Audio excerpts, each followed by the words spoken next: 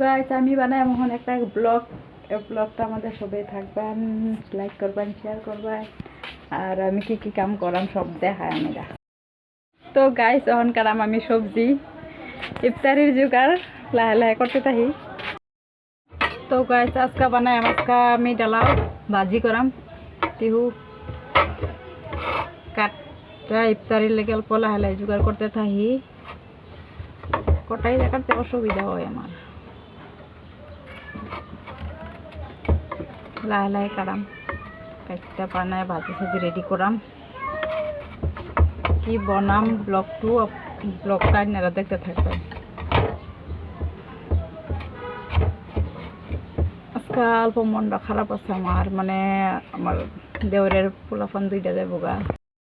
তো আমার আমি ডালাও কাটা আরো তিহু আর পেঁয়াজ কাটতে লইলাম, আর পরে কিবা কিবি আরো কাটাম কাটা। তো আজকা বানামো আমি মটর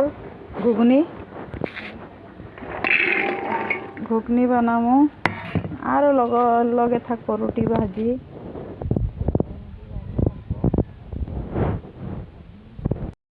তো আমি এখানে দিলাম ঘুগনি। তো আমার ঘুগনি বানানি হয়ে গেছে গা।